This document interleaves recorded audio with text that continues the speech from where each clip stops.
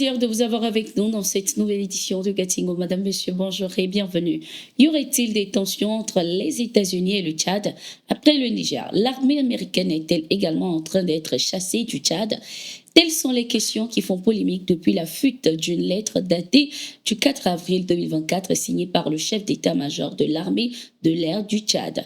Dans cette lettre, le chef d'état-major de l'armée de l'air demande aux troupes américaines d'arrêter immédiatement toute activité sur la base aérienne de Kossé. Selon les informations, cette demande surprenante de N'Djamena, considérée comme l'un des derniers alliés des Occidentaux, ferait suite à l'arrivée d'une délégation américaine qui aurait exprimé leur point de vue sur la situation des droits humains et le déroulement du processus électoral au Tchad, entre autres lors d'une rencontre avec le président de transition du Tchad, Mahamat Idriss Déby Itno, le 30 mars dernier. Pour la chaîne américaine CNN, le Tchad menacerait même d'annuler l'accord sur le statut des forces qui régulent leur coopération. Cette situation intervient alors que les troupes américaines fortes de 1100 hommes sont sur le point de plier bagages au Niger. Pour l'heure, aucune déclaration n'a été faite des deux côtés pour démentir ou confirmer les propos contenus dans cette lettre. Une délégation américaine est au Niger depuis ce 25 avril pour entamer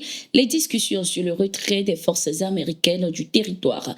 L'information a été donnée par le porte-parole du département d'État, Matthew Miller, qui a indiqué que l'ambassadrice américaine au Niger, Kathleen Fitzgibbon, et le général Ken Ekman, représentant le commandement des États-Unis pour l'Afrique, prendront part aux discussions du côté américain. Ces échanges seront suivis des réunions à Niamey pour coordonner ce processus de retrait dans la transparence et le respect mutuel. Le secrétaire d'État adjoint américain Kurt Campbell est également attendu au Niger dans les prochains mois pour discuter de la coopération dans les domaines où les intérêts des parties se chevauchent.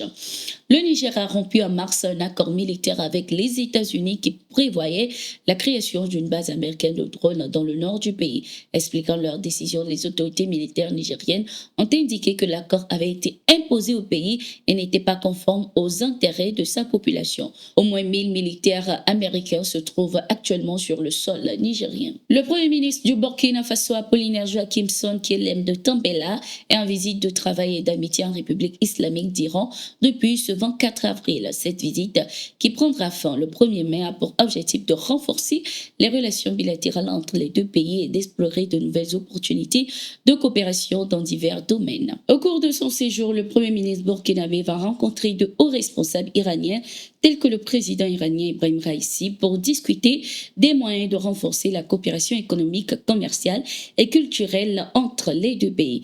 Des accords seront signés notamment dans le domaine de l'éducation, de la santé, de l'agriculture et de l'énergie, ouvrant ainsi de nouvelles perspectives de partenariat.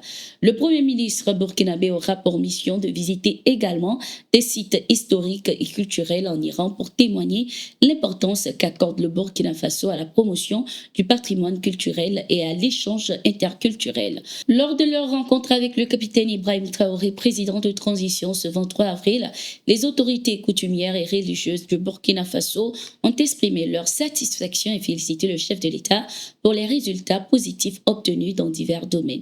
Ils ont par la même occasion salué les efforts déployés par le gouvernement pour promouvoir le développement économique et social du pays, ainsi que pour renforcer la stabilité et la sécurité. Ils ont également mis un accent sur les réalisations dans la lutte contre le terrorisme et l'insécurité, ainsi que dans la promotion de la cohésion sociale et de la réconciliation nationale.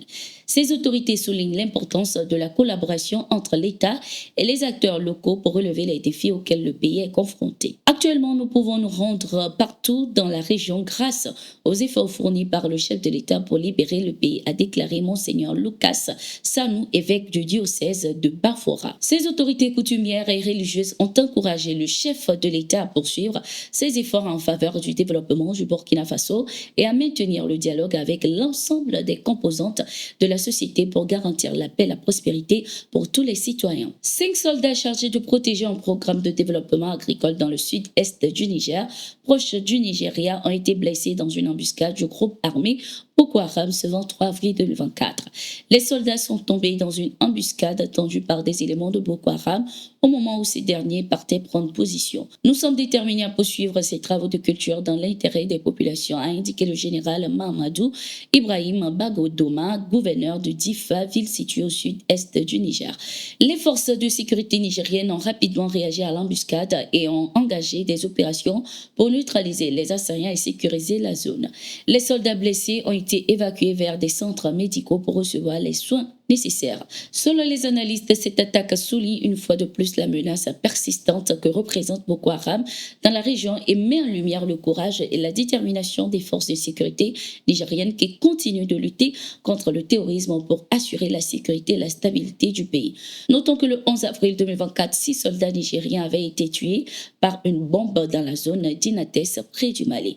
L'armée a affirmé avoir neutralisé dans la foulée au moins une dizaine des assaillants. Nous sommes arrivés à la fin de cette édition de Gatingo. Merci d'être resté avec nous.